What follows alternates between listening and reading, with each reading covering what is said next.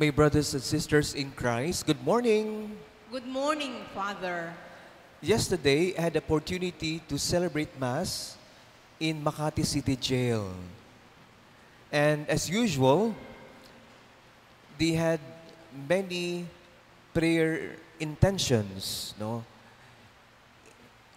Yung mga kalalakihan na sa bandang unahan, yung mga kababaihang nandun sa bandang likod, no? Naghati sila ng mga upuan. At sa lahat ng kanilang mga kaidingan sa misa, siyempre, ang nangingibabaw ay sana makalaya na sila sa piitan. No? Kahit nga tayo, di ba, meron din tayong mga prayer intentions, thanksgivings. In today's gospel, the disciples made a prayer request to Jesus. No? Ang sabi nila, Lord, increase our faith. Panginoon, dagdagan po ninyo ang aming pananalig sa Diyos. No? What a beautiful prayer intention. No? Kung isipin, talagang maganda ang kailingan ng mga alagad kay Jesus sapagkat sa halip na humingi ng mga material na bagay, humingi ng pagkain, no, ng damit, matitirhan, ng lakas, ang hiniling ng mga alagad ay, Lord, increase our faith. Ano kaya ang nagtulak sa kanila upang humiling ng ganito? Kung maalala ninyo ating Ebanghelyo last Sunday, no, magkarugtong yan eh. No? Yung last Sunday at saka this Sunday. No? Di ba? Last Sunday, ito'y tungkol sa talinghaga ni na Lazaro at yung mayaman. And perhaps, the teachings of Jesus concerning the reversal of fortunes of Lazarus and the rich man led them to having a crisis of faith. No? Yung bang paanong yung mayaman ay napunta sa Hades, no? Sa pagdurusa, samantalang si Lazaro, no, na pulubi ay napunta sa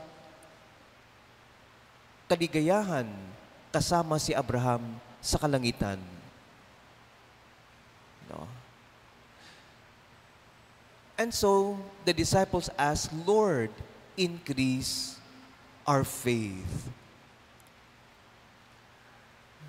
At ang naging tugon ni Jesus ay, if you have faith the size of a mustard seed, you would be able to say to this tree, be uprooted, no, and planted in the sea, and it will obey you.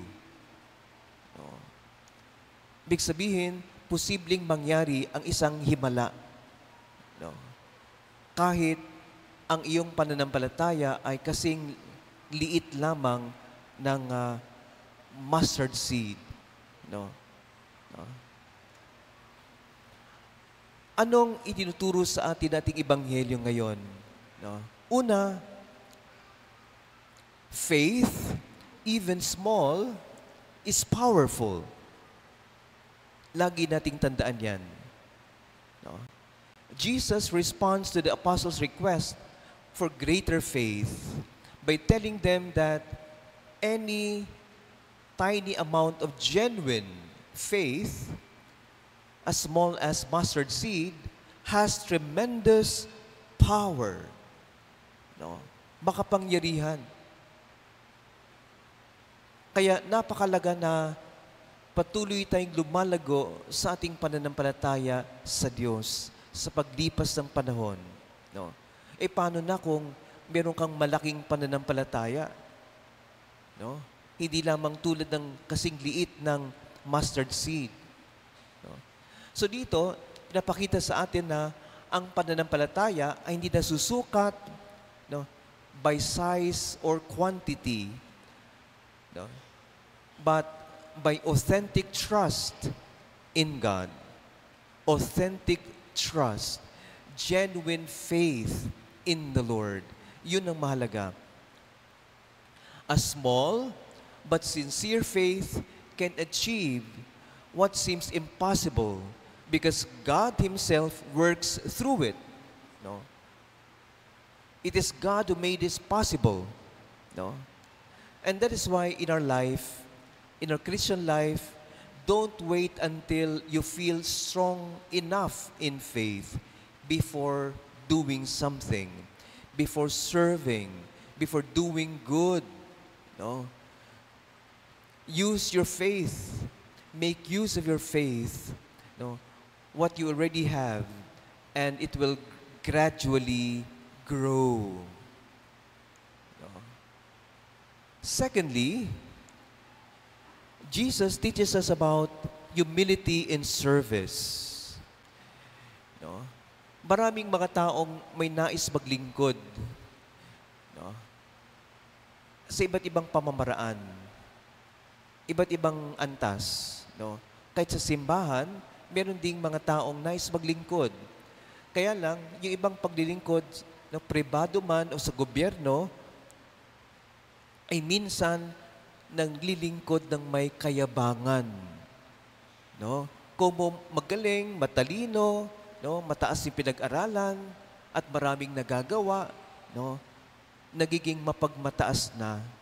Kaya ang paalala sa atin ni Jesus, humility in service. No? Kaya ang paalala sa atin ng Panginoon dito ay, we are God's servants, doing our duty. No? Lingkod tayo ng Panginoon, ginagawa lamang natin yung ating trabaho, naatasang trabaho. No? So Jesus teaches that discipleship is service. Discipleship is service, not a means of gaining recognition, gaining reward, gaining praise. No? No? Kasi iba, naglilingkod dahil gusto nilang i-recognize sila. No? Hindi dapat ganun. No? Para kay Jesus. Kaya nga, Jesus invites us to humble service, rooted in love, not pride. No? Kasi kung tunay kang nagmamahal, gagawin mo ang lahat, no? At di ka hingi ng kapalit, no? Para sa Kanya. No? Tulad sa pamilya, sa ating mga anak, dahil mahal natin sila, sa paglilingkod natin sa pamilya, syempre hindi tayo nanghingi ng kapalit. No? No? Hindi tayo nanghingi ng reward. No? No? Nagsasakripisyo nga tayo para sa kanila eh. No? So, we are all God's servants. Kaya ano naging halimbawa ang binigay ni Jesus dito? No, sabihin na natin, sabi ni Jesus, na ikaw ay nagtatrabaho sa bukid. No? Nag-aararo o kaya nag-aalaga ng mga tupa. At pagbalik mo sa bukid, no, sasabihin pa sa iyo ng amo mo na, oh, andito ka na pala. Sige, umupo ka na dyan, kumain ka na. Paglilingkuran kita. Hindi, di ba? Ikaw yung boss, siya yung lingkod. So sasabihin mo dapat, sige, magbihis ka na, magluto ka na, paghanda mo kong pagkain, at habang ako kumakain, pagsilbihan mo ako. At pagkatapos kong kumain, saka ka kumain at uminom. Di ba ganon? Usually. No? At pag nagawa na daw niya yung kanyang trabaho, kailangan bang magpasalamatan pa siya? Usually, hindi na eh. No? So, ganun din daw dapat sa atin. Tayo bilang lingkod ng Diyos. Pag natapos na natin yung gawain natin, no? Saan man tayo nagtatrabaho, sa bahay, sa simbahan, sabihin daw natin ay, we are unprofitable servants because we have done what we were obliged to do. No? Tayo mga aliping walang kabuluhan, ginagawa lamang natin yung ating mga gawaing inaatas sa atin. And so, every act of service, prayer, and sacrifice should be offered with humility. No? No? Acknowledging that all that we do is simply our duty as God's disciples, as God's servants. Third, faith and humility go hand in hand. No? Magkatambal yan eh. Hindi pwedeng paghiwalayin yung kababaang loob at pananampalataya sa Diyos sa ating paglilingkod. No? Mahalaga ang pananampalataya sa ating buhay. At sa ating paglilingkod, ganun din, kababaang loob.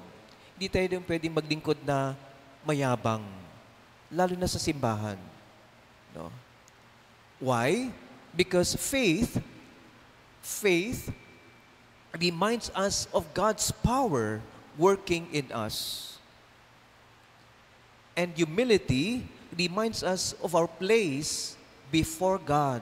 Ano ba tayo sa harap ng Diyos? Tayo ba yung boss? No? Mga alagad lamang tayo ng Diyos. Mga lingkod lamang tayo ng Panginoon. Oo, anak tayo ng Diyos dahil sa biyaya ng Diyos. No? Kaya mga kapatid, mahalaga na sa araw-araw nating ginagawa, no, patuloy tayong nananalig sa Diyos, sumasampalataya sa Panginoon. We have to continue trusting God even in small, ordinary circumstances of our lives without demanding proof of God's power. No? Second, prayer. Lagi tayong magdasal. No? Tulad ng mga alagad, sabihin din natin sa Panginoon sa ating panalangin, Lord, increase our faith. And then service, no? Sa ating paglilingkod, no? Sa ating pamilya, sa trabaho, sa ministry, we have to do this faithfully and humbly without seeking recognition. And finally, gratitude.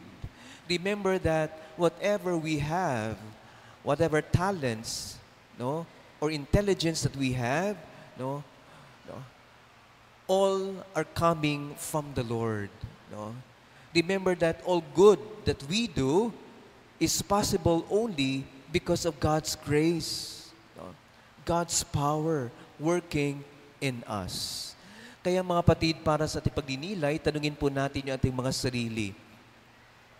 Are you serving the Lord to gain honor and praise to yourself? Or you're serving out of love for God? Remember this. To have faith is to trust in God's power. And to have humility is to give all glory to God, not to ourselves. Most Sacred Heart of Jesus, have mercy on us. Immaculate Heart of Mary, pray for us. Saint Francis of Assisi, pray for us. Jesus with Mary, I trust in you. Amen.